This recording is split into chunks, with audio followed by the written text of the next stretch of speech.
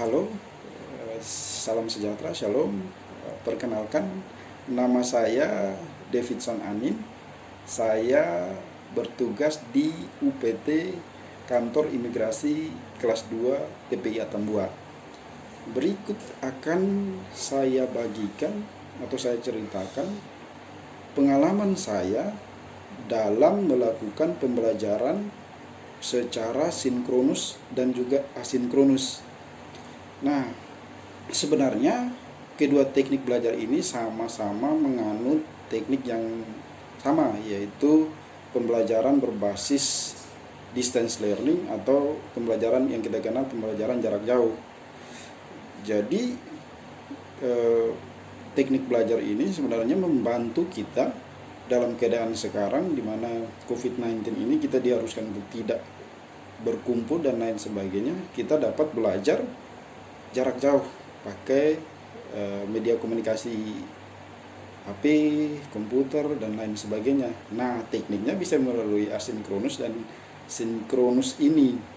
Nah, kedua teknik komunikasi online ini memiliki perbedaannya masing-masing. Dimulai dari, saya akan ceritakan mulai dari asinkronus. Asinkronus itu adalah komunikasi online yang tidak langsung. Dia biasanya menggunakan media komunikasi, contohnya komputer, handphone, bisa juga, dan dilakukan secara tunda. Bisa menggunakan email, bisa menggunakan forum, atau bisa menggunakan World Wide Web, bisa. Sedangkan sinkronus itu media komunikasi online juga secara langsung. Kita bisa biasanya pengalaman kita menggunakan media komunikasi komputer juga. Nah, biasanya menggunakan aplikasi Zoom, WhatsApp. Di dalam WhatsApp bisa mulai video call, bisa mulai chat, dan lain sebagainya. Nah, kedua teknik belajar ini, teknik komunikasi online ini memiliki kekurangan dan kelebihannya masing-masing. Berdasarkan pengalaman saya, mulai dari asinkronus dulu. Kelebihan asinkronus itu adalah yang pertama, memungkinkan kita untuk belajar dari mana saja, kapan saja bisa kita belajar, karena tadi dilakukan secara tunda itu. Kemudian yang kedua, kita dapat belajar sesuai dengan karakteristik kita, karena ada yang bersifat individual. Jadi artinya jika diberikan tugas oleh pemateri atau pengajar, dapat kita kerjakan sesuai dengan keinginan kita. Kemudian yang ketiga, ini yang paling penting, kita dapat mengakses informasi yang diberikan oleh pemateri itu dari sumber di dalam lingkup belajar atau di luar lingkup belajar, itu bisa kita akses melalui internet dan lain sebagainya. Kemudian yang keempat, mendorong kita sebagai peserta untuk lebih aktif, aktif juga mandiri ya, untuk kita belajar. Karena kita tidak aktif, secara otomatis kita tidak bisa mengerjakan tugas atau memahami materi yang disampaikan oleh pemateri. Dan yang kelima, isi dari media belajar itu dapat kita pergunakan dengan mudah. Nah, sekarang kita masuk pada kekurangan asinkronus. Asinkronus juga ada kekurangannya.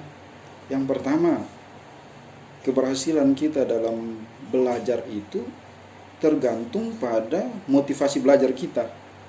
Kemudian yang kedua, akses kita untuk bertanya ke narasumber itu dibatasi. Karena tadi tidak langsung, tidak kita tunda, maksudnya proses belajar mengajarnya secara tunda.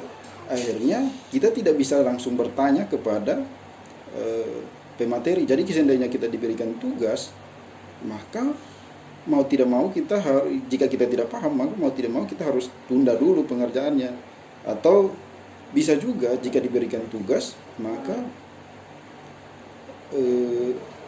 hasil tugas kita bisa tidak sesuai dengan maksud dari sesuai dengan keinginan dari si pemateri. Itu kekurangan dari asinkronus. Kemudian kita masuk pada sinkronus. Sinkronus ada kelebihannya. Yang pertama, sinkronus itu tadi kan pembelajaran secara live ya, secara langsung melalui video Zoom. Yang pertama kelebihannya adalah satu, kita dapat bertanya ke pemateri secara langsung. Jadi jika ada yang kurang dapat kita tanya langsung ke pemateri. Kemudian yang kedua, keaktifan kita sebagai peserta dapat diamati secara langsung oleh pengajar. Kemudian yang ketiga, kita bisa mendapat materi pembelajaran yang maksimal dari pemateri. Sekarang kita masuk pada kekurangannya. Kekurangan dari sinkronus ini juga ada. Satu, keberlangsungan kita dalam proses belajar mengajar itu tergantung pada satu, akses internet. Jika akses internet kita tidak baik, maka secara otomatis apa yang disampaikan oleh pemateri tidak akan kita pahami dengan baik dan benar. Kemudian yang kedua, waktu belajar kita itu terbatas. Pengalaman saya biasanya sinkronus itu terjadwal.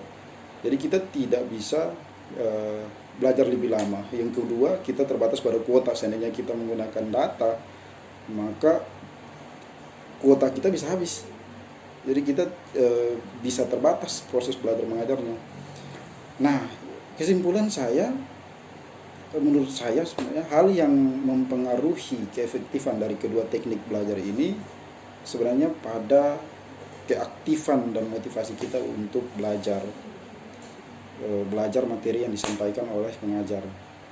Bisa mulai dari membaca, mencari sumber, mengerjakan tugas dan lain sebagainya, sehingga kita dapat memahami materi yang disampaikan oleh pemateri atau pengajar itu secara luas dan tepat. Demikian pemahaman saya dan cerita saya tentang asinkronus dan sinkronus. Terima kasih.